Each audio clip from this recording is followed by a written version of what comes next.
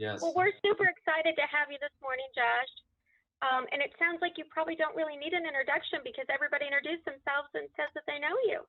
All So right. I know you've written a new book and your company Scoreboard Consulting. So I'm just going to turn it over to you, and we'll go from there, and we'll save room for questions. Or feel free, for those of you that are new, jump in anytime, ask questions. This is really meant to be laid back situation. So keep an open dialogue. All right, Josh, you're up. Thanks, guys. So thanks for covering for me, whoever did. Well, I got it all figured out here.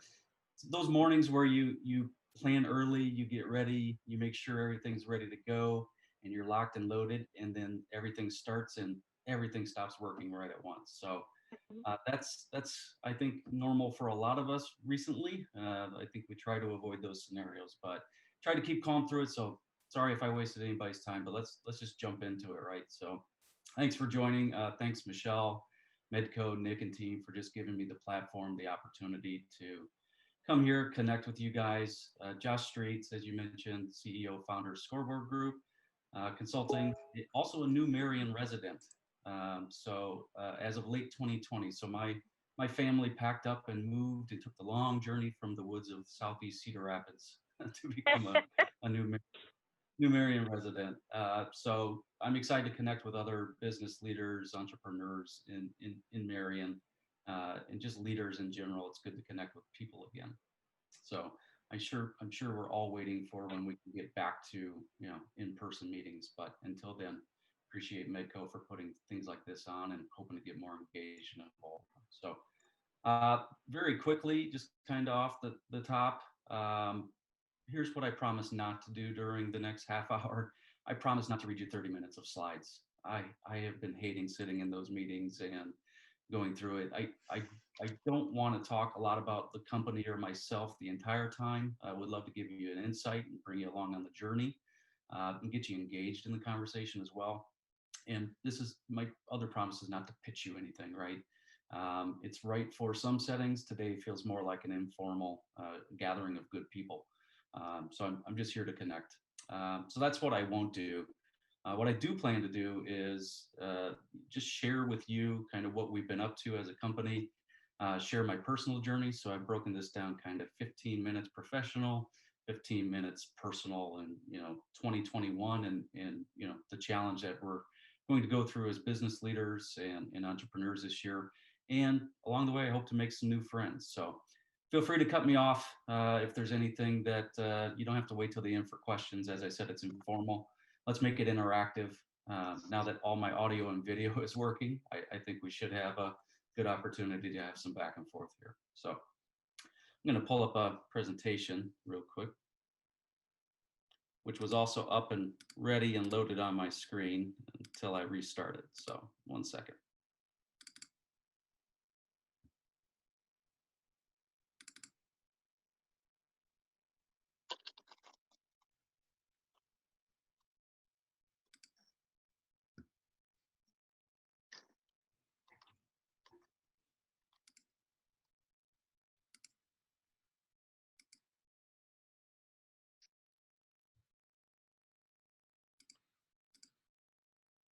All good?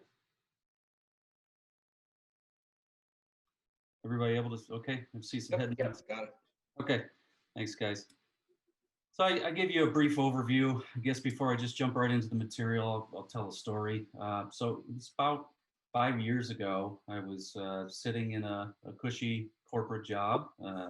My background's 20 years experience, leadership, executive leadership, contact centers. So the new buzzword that we've given call centers.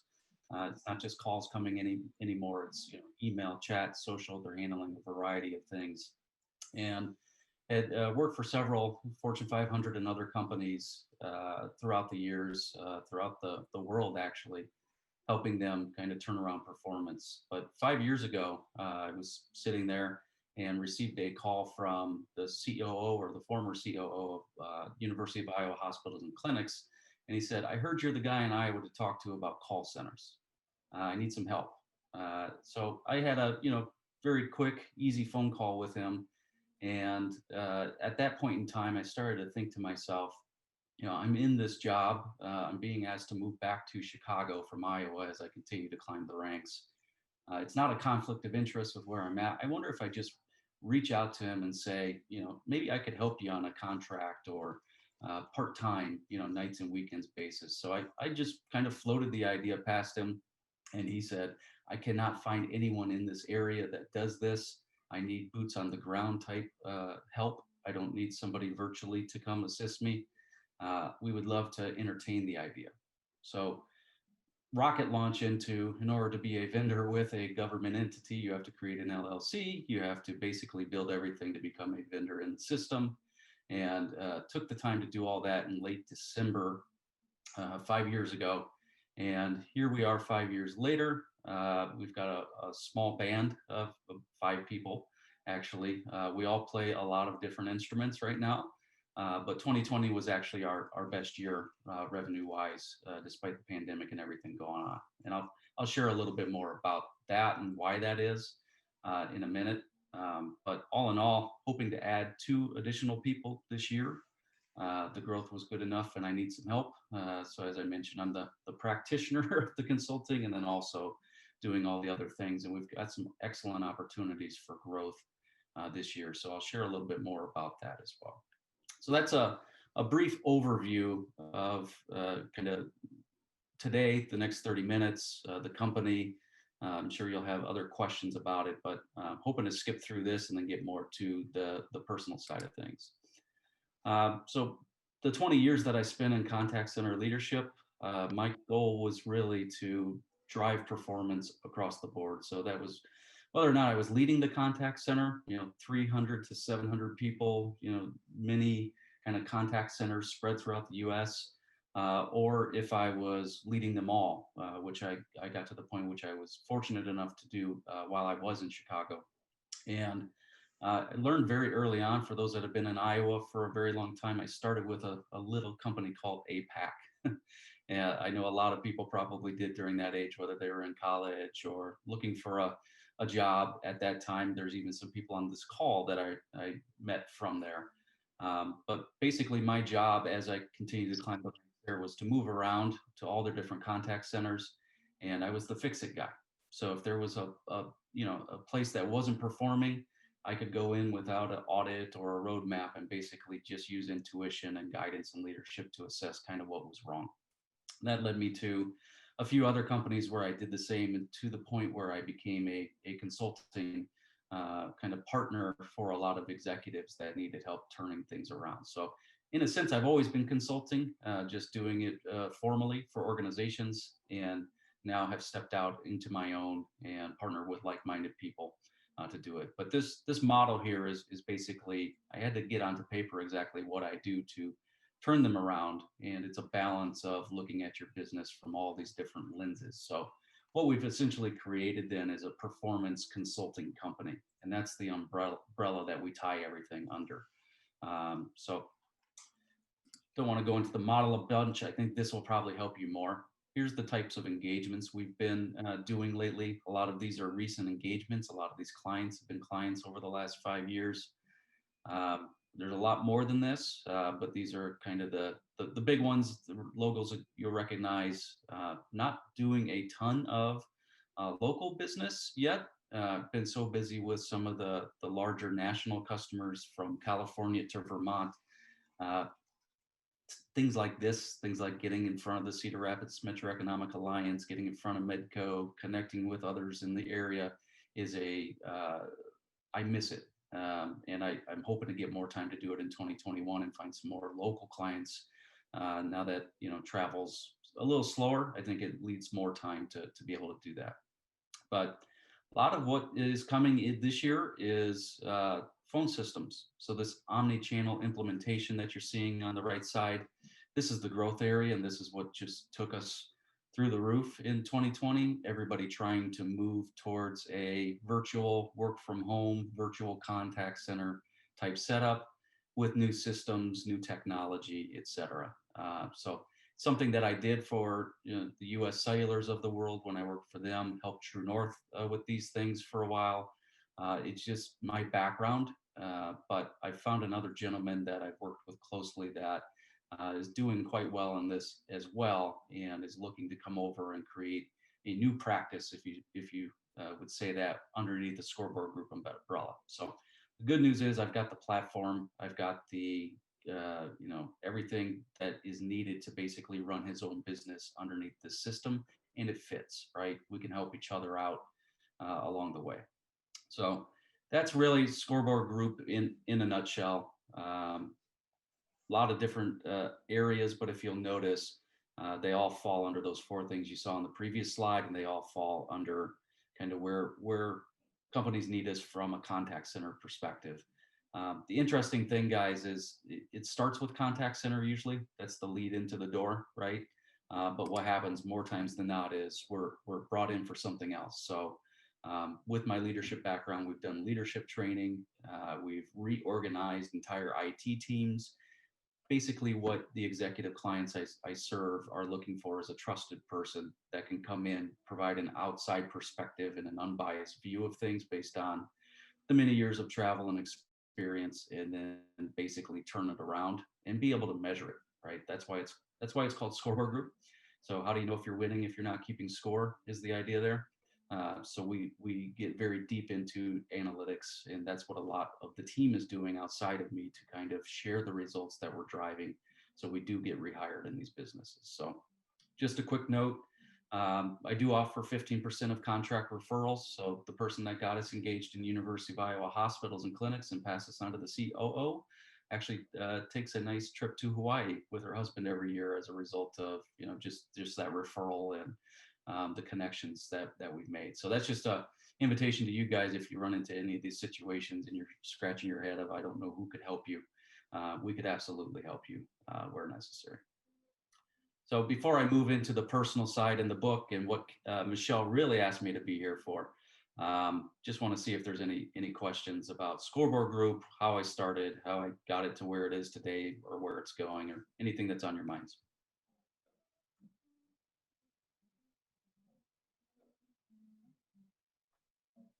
Okay. I think everybody's just trying to figure out how you can send them to Hawaii. Right. Right. Well, Josh, real quick, Brady Quinn here. So I guess for yourself to step out of that corporate and start really realizing that there was a need there. It seems like you had a good relationship with a CEO or a leader who kind of helped push you over that. I guess what was kind of the biggest step for you to finally take that leap and to kind of make it work, knowing that you've got to support yourself and your family and whatnot. I know just thinking as someone who's maybe thinking about becoming an entrepreneur, you always kind of have that scariness, right, of the unknown. So I'm just curious how you kind of tackle that with yourself and with your family and so on and so forth. Absolutely. Well, thanks, Brady. Great question. For me, I was going through all the same motions. I've been thinking about it for years, maybe decades on end, of how do I create something. I've always had that spirit. And for me, it was kind of a formula. I made a commit. So I've got a family of five, right? So 5 people in my household, 3 girls. We are here for Linn-Mar schools, and a lot of my shoulders to replace a corporate salary that I've been building for a long time without losing the quality of lifestyle, so to speak. So I made a deal with myself that said, if I can get the revenue of this company to half of what it is, the corporate salary, then with savings, everything that I've invested, I will feel comfortable making the leap. So there was a lot of nights and weekends involved there. There was a lot of agreements with additional clients to basically say, I'm still in a full-time gig and I'm performing well there. I'm giving everything I have. Are you okay with me, kind of doing this as time allows? And in a lot of those situations, it was absolutely, yes, we can do that. Actually got to the point where I ran out of vacation and I ran out of personal time, and was stuck with 3 clients in the pipeline and trying to decide, okay, what do I do here? So I actually had to make a decision and make a move. It was actually perfect timing, everything divinely aligned in that moment, because the job was moving back to Chicago, whether I liked it or not. So all the everything aligned perfectly through probably thought, thinking about where it could go, how I could do it, and that was kind of my formula, Brady. Thanks for the question. I So- have a follow-up Yep. question here. Yeah. So you've been in business for 5 years now. When did you go full time then? When was that moment you just described? That was about 3 to 4 years ago. Okay, so at this point, what are your customer acquisition channels? Is it primarily referral from your business network? Is it referral from customers? Are you getting a lot of referrals just through marketing initiatives, or how are you gaining your new customers? Yeah, so new business is mostly coming in through industry partnerships that have been established over the years. So the contact center world, it's quite a niche, and just by being a thought leader in the space, writing articles, partnering with a lot of the larger groups, creating affiliate or referral agreements, has brought some of those big names my way. So that's really the bread and butter. Outside of that, I've got folks doing marketing and trying to help me there. It's not my strong suit. I'll be the first to admit that. We're looking for additional ways to bring new business that way. But most of it is just being engaged in LinkedIn channels and other industry type events, and then putting in the time over the last couple of decades to have the opportunity or the right to speak to these topics and win these clients over. So case studies haven't been as prevalent. We've done a couple of those as needed. But yeah, mostly referrals, Nathan. Got it. Thank you. Yes. So I'm a firm believer that if you can have the balance, and you saw that it's important for me in corporate career, it's important for me in my personal life, and I've worked very hard to kind of get it more in tune. I believe that you need the corporate or not even corporate job, hobby kind of scenario, and then you need something kind of to fill your bucket outside of the general 9 to 5 workday. And for me, that was writing and teaching and coaching. So as my teams grew smaller, I found opportunities to, over the last several years, just kind of give individual coaching to people. I was missing flexing that leadership muscle, so to speak, being more of an individual contributor and then growing the team. So I actually started this book about 3 years ago with some of those examples. It had never been something that was on my goal list, but it quickly kind of just felt like a pressing need on me, that you need to kind of take what you've learned throughout your journey and your story. And I'm still learning. I haven't figured it all out, but anything that you can do to kind of help other people along the way. So this is by all means not an entrepreneurial book. I'm just getting started in that space.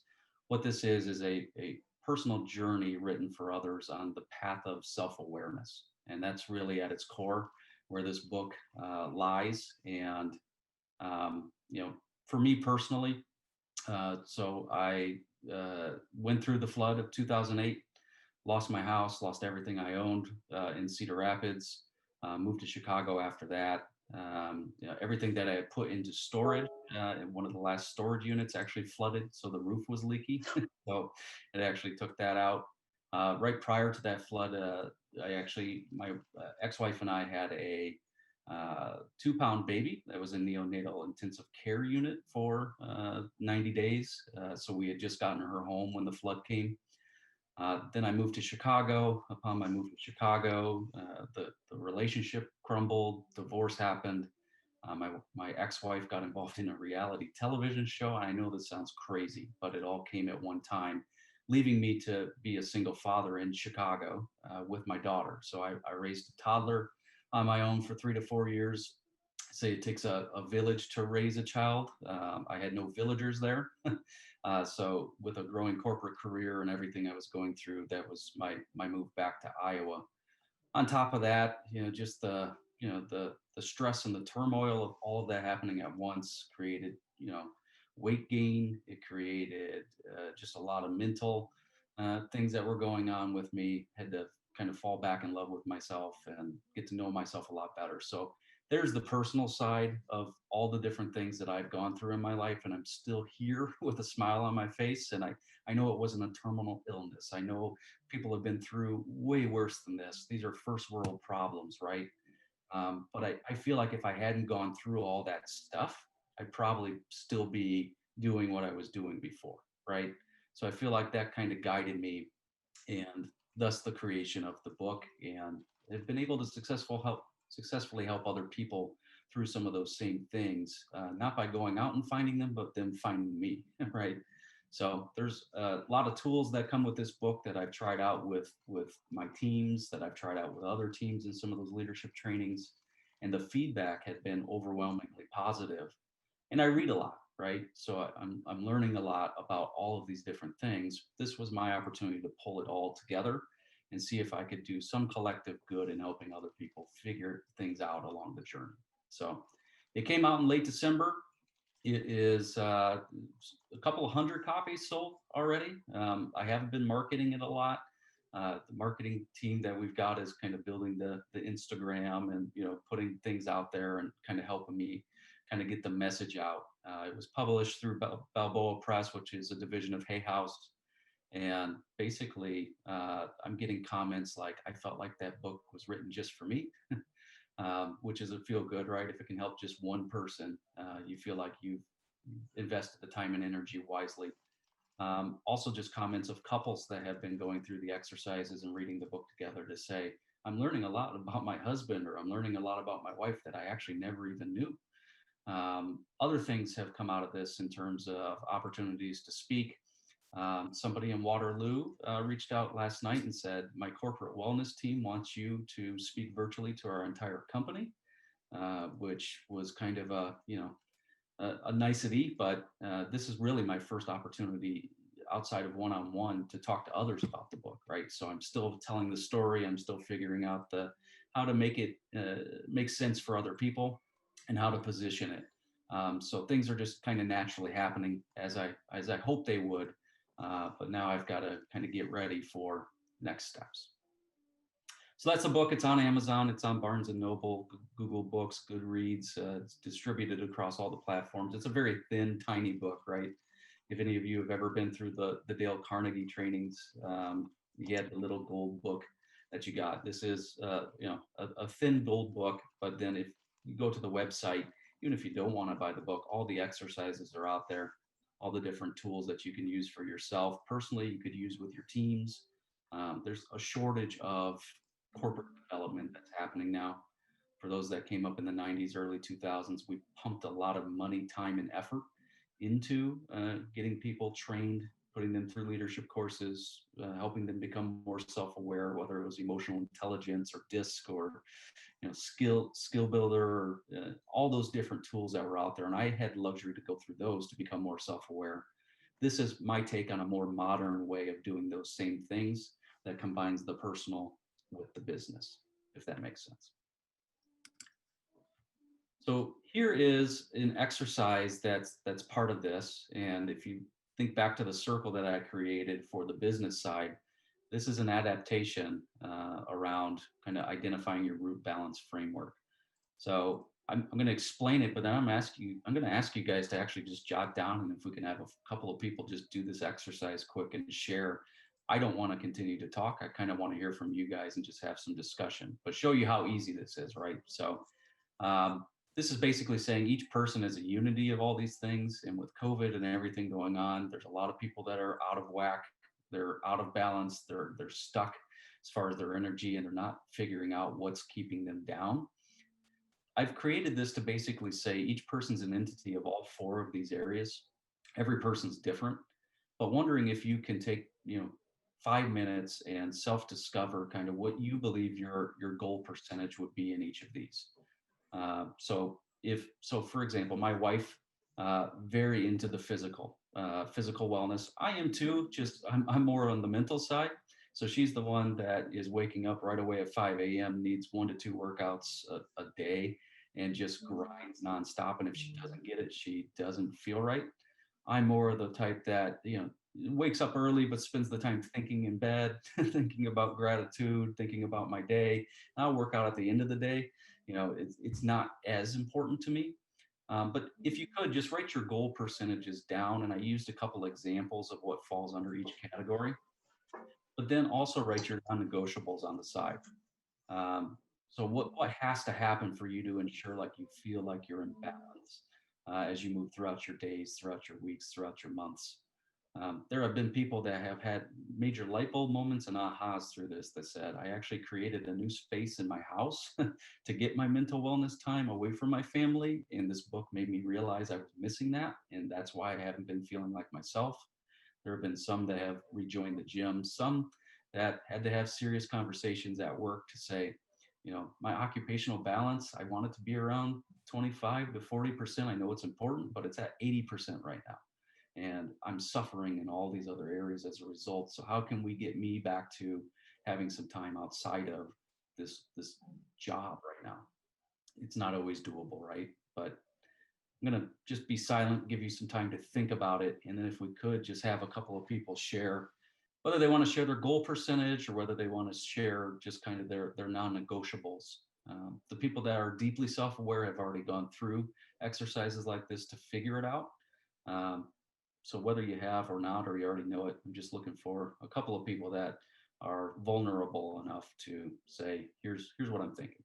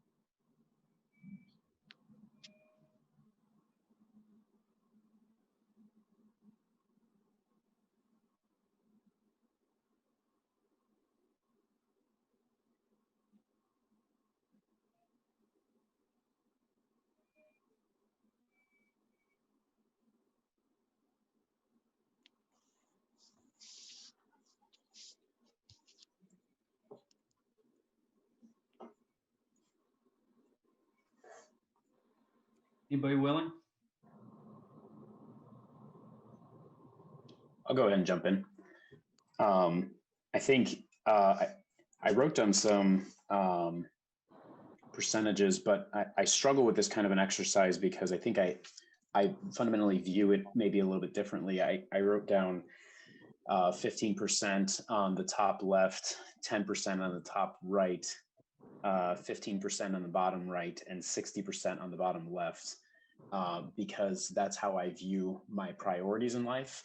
But that's not really the reality, right? I spend the vast majority of my time on career growth and job and work in general. That's where the majority of my time is spent. And I think for me and my own well-being, it's something that is a struggle. I'm earlier in my career than you're at right now, Josh, in terms of I'm in that corporate world and in putting all that time in to invest into that career growth. Currently I work in a company that is, the company that I work for, the local company I work for was acquired by a PE-backed firm a few years ago. So we're in the trenches of that high growth PE world. And so there's a lot of time spent right now on career and on job. And so I try to make the most of my time with family and try to make priority for physical health and mental health. But the reality is that a lot of that time gets lost because of the daily grind and just pushing through And so I've tried to take an approach that I actually feel like 2020 really helped, because like everyone else, we were forced to move remote, and something that was always thought, we could never move our team remote. We managed to work remote. And that's been really valuable for me on a personal level. I have 4 kids under the age of 10. And it has been so incredibly valuable to me to just every day I go upstairs for lunch. When my kids, they draw something, or they just want to share some exciting project that they finish, they can just run down to my office and come see me and tell me about it. And it's those 1 minute, 2 minute interactions that can be so incredibly meaningful, that before I was at work by 7 a.m. and I typically home by 6:30. And, the kids are going to bed by 8 o'clock at night. And it was very frustrating. So even though I'm spending probably the same amount of time working, I find that I have a much better work-life balance as a result of working from home. And our company has really shifted to a permanent work from home model, like many other companies. And so these percentages are so jumbled for me, because I find that I get some of my emotional well-being in a few minutes here and there, because it's more about being intentional about taking a minute for yourself than it is about maybe, for me, it's not necessarily spending 45 minutes working out. That's not necessarily where I get my confidence or my feeling right about myself, whereas my wife is a bit more like that too. So I think that I did the exercise wrong in a sense, because the 60% is where my priorities lie with family, but that's not really where most of my time and daily effort is spent. But it's certainly where my desires and my long-term goal. I have owned a business in the past. I work for a corporate now. The long-term goal would be to go back into that entrepreneurial life and achieve a better work-life balance, where I can spend a lot more time focusing on family, where that's maybe not able to be done today in the way that I would want to, but still trying to find a healthy way to balance those things out. Thank you so much. I think that probably resonated with a lot of people, right? So a lot of folks that are in the same situation, going through some of the similar things with the work from home and the value it's brought. Just everything you said was spot on, and it helped me understand. There's a way I can say this is maybe state, but your ideal state throughout this. And just hearing, can you guys hear me okay? My connection's unstable. Good. Okay. Just basically getting yourself to a point where you're back into something that fits where you want to be long term, I think is a nugget that's interesting. So everybody's got a different blueprint, a different timing. I can tell you the flexibility that I've had in the last couple of years has been great. I'm working 60 hours now for myself, which I'd almost rather do than work 40 hours for somebody else, I'm learning. So it is a grind, but I've been given the flexibility to do those things with the kids, to help out, to do drop-offs, pickups, just spend more quality time after school. It often means I'm working late into the evening sometimes, but at least I have the ability to do that now. And let's hope that the gig economy and some of the things happening this year kind of stick moving forward in some of the corporations to, maybe allow a little bit more flexibility with the traditional 8 to 5, 9 to 6 type of job to get your stuff done. Some companies have already done it. They've already been there and gone there. So thanks for sharing, Nathan. Others that want to just give a quick nugget. Josh, I'll jump in. I guess the way I kind of looked at this was to first look at, okay, what are the percentages right now? Mm-hmm. And then what would my goals be for those? So my initial look was on the mental side, probably 10%, and occupational 60%, more focused on that career culture kind of piece of that. The social end of things 20, and physical 10. That for me, that gets left out. I enjoy it, but it gets left out with the hours of the day. Yep.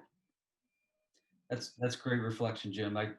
I really talk about this when we're in person in the room to say, yeah, goal percent is ideal.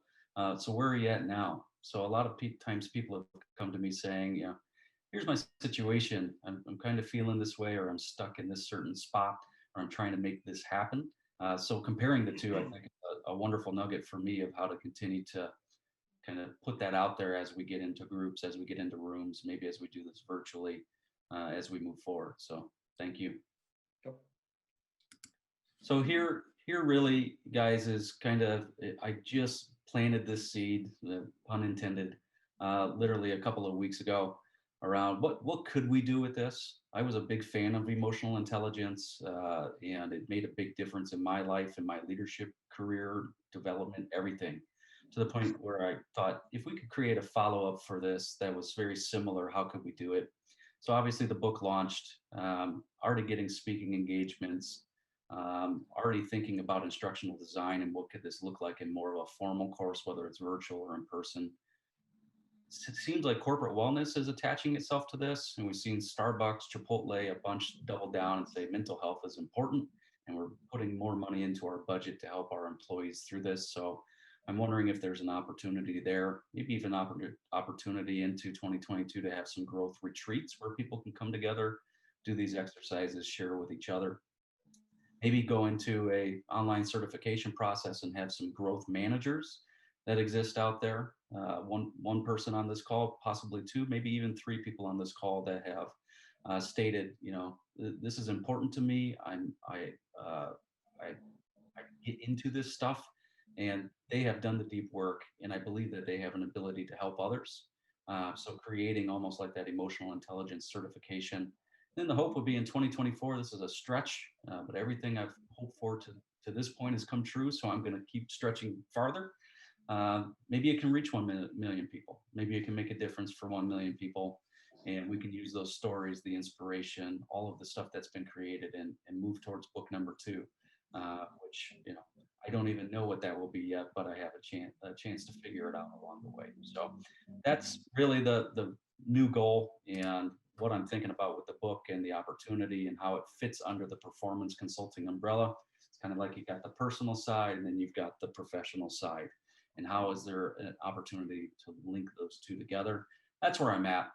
And I don't have it all figured out. So if you guys have any thoughts, if you have feedback, if you have anything that kind of resonated with you that you think, have you thought about this? I'm open to feedback and would appreciate anything you guys have or any help you want to offer in kind of the mission, the vision, or the goal, or anything that I can do to support you guys along your journeys as well. So there's my LinkedIn and email. With that said, I'll open it up for questions. I think we're running up near time. I've kind of got an interesting story, I guess. You can see right here. My wife, like 2 weeks ago, maybe came home one day and had this book. And so it turns out my wife is Jessie Dorman. She works with your wife at Erskine. Yeah. She's the other first grade teacher. And so it was just kind of funny that, somebody had bought these books and gave it to her. And I was just curious. So I picked it up and started reading it. And it's actually kind of about a lot of things that I'd kind of started looking into a couple years ago. Sort of working on self-improvement and stuff. And then we had our second child. And then everything kind of, went crazy for about a year. And about the time I kind of started to feel like I could kind of get back into like sort of working on myself and thinking about like career things and working for myself, then we were in a really bad car accident, which then kind of has thrown things off for like half a year or more now. So it was just kind of interesting that this kind of comes into my life now as I'm kind of starting to feel like I can kind of get back into these things again. And I told my wife, I was like, oh, this book is like this was written for me. And then I get to the part in your book where you said, like, I believe this book is going to find its way to you or for a reason or whatever. So thought that was kind of a funny story that I'd share with you. And then I see that you're on this thing, so I was like, I need to get back into these. So I haven't met you before. When I mentioned that comment around here's the feedback I'm hearing, that came directly from Jaquel, my wife, and I was speaking to you, and I didn't know you were on actually until you just kind of popped in here. So thank you for sharing, and thank you for kind of putting that out there. And I was aware through her and being a teaching partner with your wife, kind of the accident and the yeah, everything that you guys went through, even with the kids in the car. And, you know, I think it's to a point now where it's like you've got a renewed lease on life, and it's the book magically kind of worked its way into. It was, I think, for her, you grabbed it, and that's the type of story I'm hearing. People are passing it along to other people, and it's very tiny, right? It's out of Iowa, but who knows what could happen. It's not for everybody, right? There's going to be some pieces that gravitate towards people, just toss the rest. But for some people that are going through certain things, maybe life-changing things, or the willingness to want to change life, I think that's the breadcrumbs that lead to the book. So thank you for sharing that. yeah. Nice to meet you. Thanks. Okay. If there's nothing else, I guess I'll hand it back to Michelle. But I do want to say thanks everybody for joining and taking the time and just listening and engaging, and for your openness throughout the process. And hope to get back to many of these in the future to connect as a visitor. So thanks, Michelle. Josh, thank you, thank you, thank you, thank you. This has been amazing. Does anybody, before we let him go, have anything for Josh? So kind of looking back at, what the exercise we went through. And I know the main focus was on looking at, these, those 4 buckets and kind of where's your percentage at, or what's your ideal percentage, or, how do you feel you want to manage those? Can you speak more on like the non-negotiables of that, and how, as you are looking for self-improvement or trying to understand where you're at, how do those non-negotiables then factor into analyzing, like, one, maybe where my percentages are and then where I want them to be? I'm just, maybe speak to a little more of that, just to kind of, because honestly, that's what I was struggling with. Okay, what are my non-negotiables? Like, is it, well, shoot, I need coffee every morning. Like, that's my non-negotiable. Or, like if my kids could go to bed by 8:30, like that would be a great non-negotiable too, right? So I'm just curious, as far as just speaking to that a little bit more for us, just so as we continue to move on to 2021 and work on ourselves. I just think this non-negotiable, that's such a good word to use, that are, like a necessity for yourself. So I just think continue to think about that, especially after the year we just had, is kind of a Yeah, great thought. So that's just that's great. Thanks, Brady. Yeah, it's a non-negotiable to me, and the way it's designed in there is to be something that kind of lingers in the back of your brain, around things that are necessary, things that you need to have happen. So other non-negotiables that I've seen from individuals are, I need quiet time at least once a quarter, in my life, my career, my business, just to have either a day, or a number of hours, or maybe even a couple of days to go silent and think through where I'm going, what's happening, kind of look back at the goals that I've had for the year and figure out what's necessary. And unless you are intentional, sometimes in busy families with our heads in the sand and the chaos of everyday life, unless you basically say, I'm making this time and it's going to make me a better person, and I'm going to take it and I'm going to schedule it and I'm going to be very intentional about it. That's one for the mental side.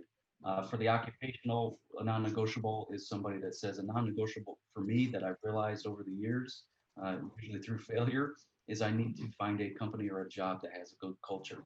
Because if I'm in an environment that's like a snake pit, that's very political, that my peers aren't held accountable to the type of business that I need, the values that I have, then my occupational kind of balance is going to be off. It's going to affect me at home and my complaining and everything else that I've got going on.